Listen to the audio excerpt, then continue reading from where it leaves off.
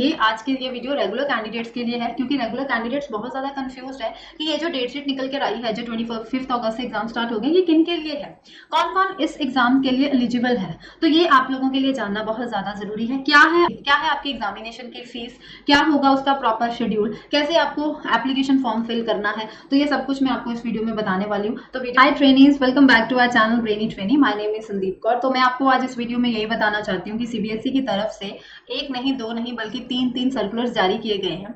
और वो सर्कुलर्स है, एक तो आपकी डेट शीट निकल कर आ गई है क्लास 10th और क्लास 12th के बच्चों की, जो बच्चे अपने रिजल्ट से सेटिस्फाइड नहीं है, जो बच्चे दोबारा एग्जाम्स देना चाहते हैं, प्राइवेट कैंडिडेट्स जिनके अभी तक एग्जाम्स ही नहीं हुए, ना तो उनका रिजल्ट डिक्लेयर किया गया कुछ भी, ठीक है। और जो जिन बच्चों की इंप्रूवमेंट है, जिन बच्चों की कोई कंपार्टमेंट है, जो बच्चे फेल हो चुके हैं, तो सब बच्चों की ये डेट शीट निकल गई। मुझे ना बहुत सारे कमेंट्स आ रहे, मैंने actually date sheet community box में डाली थी, वहां पे मुझे इतने कमेंट्स आ रहे, बच्चे ये कंफ्यूज है कि ये डेट शीट किसकी आई। जो अभी ये सेशन चल रहा है 2021 to 22 वाले बच्चों का, वो ये इस डेट शीट को देख के कंफ्यूज है कि हमारे टर्म 1 के एग्जाम्स तो नवंबर दिसंबर में होने वाले हैं, तो ये कौन सी डेट शीट आ गई।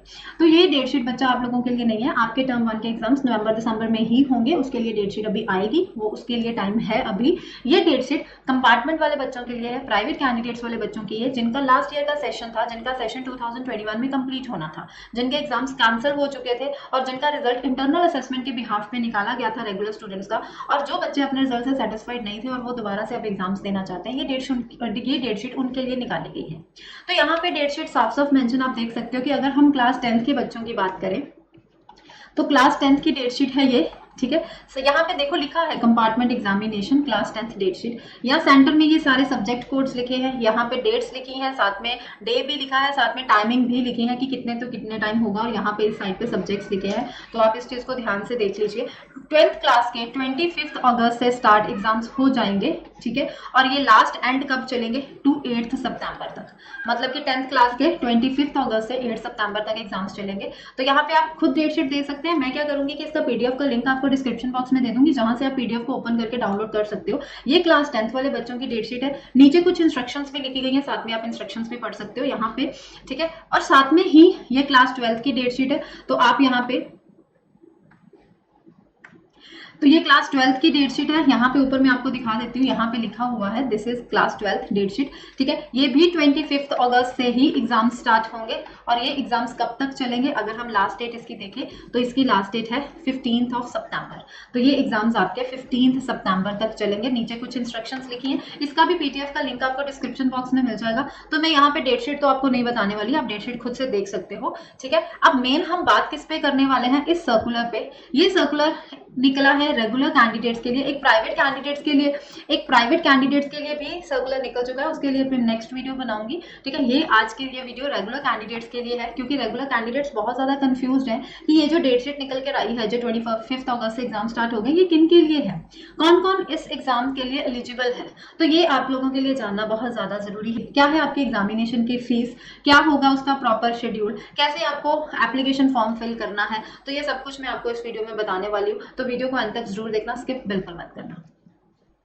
तो यहाँ पे अगर हम स्टार्टिंग में पढ़े तो कौन कौन बच्चे एलिजिबल है ये एग्जाम देने के लिए, तो पहले पॉइंट पे वो है जो अपने रिजल्ट से सेटिस्फाइड नहीं है, क्योंकि आप लोगों को पता है क्लास 10th के भी एग्जाम्स कैंसिल हो चुके थे, क्लास 12th के भी एक टेबुलेशन ऑफ पॉलिसी निकाली गई थी 10th की अलग से, 12th की अलग से, ठीक है। और साथ में उस टेबुलेशन ऑफ पॉलिसी में ये भी लिखा गया था कि अगर आप लोग अपने रिजल्ट से सेटिस्फाइड नहीं होंगे तो जब भी कंडीशन कोविड-19 की नॉर्मल हो जाएगी तो एक डेट शीट निकाली जाएगी, तो अगर आप चाहते हो एग्जाम्स देना तो आप वहां पे तब आप एग्जाम्स दे सकते हो, यही कहा गया था उस टेबुलेशन ऑफ पॉलिसी में। तो अभी वही चीज हो गई है कि अब डेट शीट आपकी निकल गई है, अब डेट शीट निकाली जा चुकी है 25 अगस्त को एग्जाम स्टार्ट हो जाएंगे। तो जो बच्चे सेटिस्फाइड नहीं है अपने इंटरनल असेसमेंट के रिजल्ट से, ठीक है, वो बच्चे एग्जाम दे सकते हैं, चाहे वो पास्ड हैं, चाहे उनको डिक्लेयर पास किया गया है, लेकिन वो अगर ये कह रहे हैं कि हमारे मार्क्स कम लगाए गए हैं, तो अगर हम एग्जाम्स देते तो हम इससे बेटर मार्क्स ला सकते थे, तो वो एग्जाम्स दे सकते हैं, ठीक है। लेकिन आपको बेटा एक बात दिमाग में रखनी होगी कि अगर आप एग्जाम्स देते हो,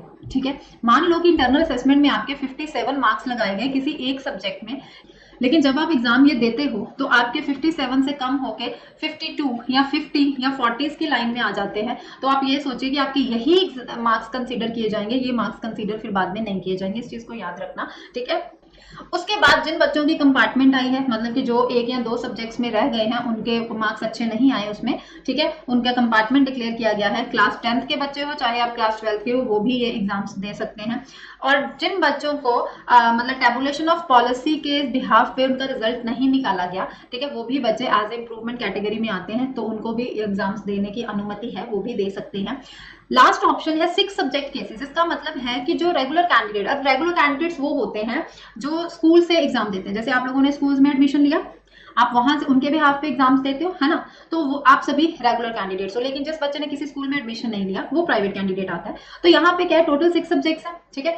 अब अगर यहाँ पे आप किसी 5 मेन जो आपके सब्जेक्ट है उसमें से किसी एक सब्जेक्ट में आप पास नहीं होते, डिक्लेयर आपको पास, टोटल ओवरऑल आपको डिक्लेयर किया गया है पास, कि आप ओवरऑल पास हो चुके हैं क्योंकि 6 सब्जेक्ट्स को देख के आपको पास कह दिया गया है। लेकिन जो मेन 5 सब्जेक्ट्स है उसमें से एक सब्जेक्ट आप क्लियर नहीं कर पाए, तो आप भी ये एग्जाम दोगे। सिर्फ वही एक एग्जाम देने की जरूरत है आपको, और बाकी के नहीं। आगे चलते हैं क्वालिफाइंग क्राइटेरिया पे। तो क्वालिफाइंग क्राइटेरिया में फर्स्ट पॉइंट अगर हम देखें, कैटेगरी ए वाले बच्चे जो कि अपने असेसमेंट रिजल्ट से खुश नहीं हैं, जो दोबारा एग्जाम्स देना चाहते हैं, उसका मैं ऑलरेडी बता चुकी हूँ कि अगर आप एग्जाम्स देते हो तो जो आपके मार्क्स एग्जाम्स में आएंगे वही एज अ फाइनल कंसीडर किए जाएंगे। फिर जो इंटरनल असेसमेंट पर मार्क्स आए थे उनको नहीं माना जाएगा, वो कैंसिल कर दिए जाएंगे। बी पॉइंट पे लिखा है कि जो बाकी बी सी डी कैटेगरी में बच्चे आते हैं, बी सी डी में कौन आते हैं, कंपार्टमेंट वाले, इंप्रूवमेंट वाले और 6 सब्जेक्ट वाले, ठीक है, तो उनका उसी के भी हाफ पे रिजल्ट निकाला जाएगा जो पहले एज अ पॉलिसी, बोर्ड की पॉलिसी होती थी, उसी के भी हाफ पे रिजल्ट होगा। अब यहाँ पे 4th पॉइंट में आप लोग देख सकते हो कि आपको कोई भी जरूरत नहीं है फॉर्म फिल करने की, मतलब कि आप रेगुलर कैंडिडेट्स हो, तो ये टेंशन आपको नहीं, आपके स्कूल्स को है। तो स्कूल को क्या करना है, सबमिट करने हैं लिस्ट ऑफ कैंडिडेट्स, कि आपका सिर्फ अब यही काम है कि आपको कौन से सब्जेक्ट में एग्जाम देना है, आपको सिर्फ और सिर्फ अपने स्कूल को इन्फॉर्म करना है, बस। आपको कोई भी अलग से फॉर्म फिल करने की कोई जरूरत नहीं है, ठीक है। आपको सिर्फ अपने स्कूल को इन्फॉर्म करना है कि हम अपने रिजल्ट से खुश नहीं हैं, हम कैटेगरी ए में आते हैं, ठीक है, तो हमें ये इन सब्जेक्ट्स पे हमें दोबारा एग्जाम देना है। या अगर आपकी इंप्रूवमेंट है तो आप बताओगे कि हमारी इस सब्जेक्ट में इंप्रूवमेंट का हमें एग्जाम देना है। या अगर आपकी कंपार्टमेंट है तो आप अपने स्कूल को बताओगे इस सब्जेक्ट में हमारी कंपार्टमेंट है, हमें इसका एग्जाम देना है। तो आगे जो भी फॉर्म फिल करना है वो आपके स्कूल का काम है, आपका कुछ नहीं, आपको सिर्फ और सिर्फ स्कूल को इन्फॉर्म करना है, ठीक है। साफ यहाँ पे मेंशन है कि ये काम सिर्फ और सिर्फ स्कूल्स का है, राइट। ये चीज मेन थी आपको बताने वाली, क्योंकि मुझे पता है बहुत सारे बच्चे कमेंट्स करके यही पूछेंगे कि मैम फॉर्म कहाँ से मिलेगा, हमें कहाँ से फॉर्म फिल करना है। तो मैं आपको बता दूं, आपको सिर्फ स्कूल को इन्फॉर्म करना है कि हम इस सब्जेक्ट पे एग्जाम देने वाले हैं, आगे फॉर्म फिल जो भी करना है वो आपके स्कूल का काम होगा। सो सीबीएसई की वेबसाइट पर लिंक गिवन होगा, आपके स्कूल वाले उस लिंक को ओपन करके आपकी तरफ से, आपके बिहाफ से फॉर्म फिल कर देंगे कि हमारा ये बच्चा इस सब्जेक्ट पे एग्जाम्स देने वाला है।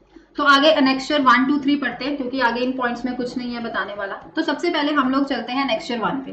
तो एनेक्स्चर 1 में ये लिस्ट ऑफ सब्जेक्ट्स दी गई है कि किन पे एग्जाम लिया जाएगा, ठीक है। ये सीरियल नंबर्स, ये सब्जेक्ट कोड, ये टोटल 19 सब्जेक्ट्स हैं क्लास 12th में जिनके एग्जाम्स होंगे, बाकी किसी सब्जेक्ट के एग्जाम्स नहीं होंगे। और आगे क्लास 10th में टोटल 10 सब्जेक्ट्स हैं जिनके एग्जाम्स लिए जाएंगे। तो ये तो आपको डेटशीट जो मैंने आपको बताई है वहीं से आपको क्लियर हो जाएगा, सिर्फ उन्हीं सब्जेक्ट्स के एग्जाम्स होंगे।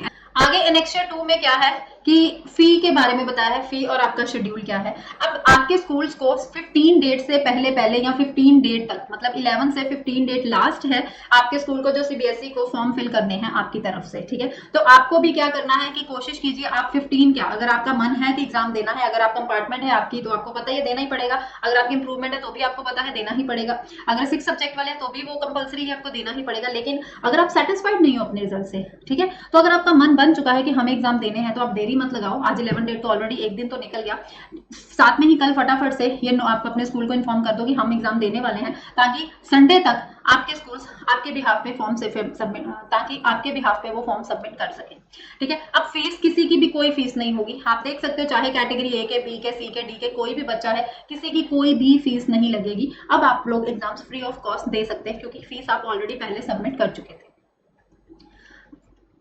आगे अगर हम बात करें यहाँ पे, तो list of candidates by school, तो ये सारा स्कूल का ही, ये सारे स्कूल की तरफ से है कि उनको ये स्टेप्स फॉलो करने हैं। तो यहाँ पे आपके लिए कुछ नहीं है। तो आज के इस सर्कुलर में सिर्फ इतना ही था जो मैं आपको बताना चाहती थी।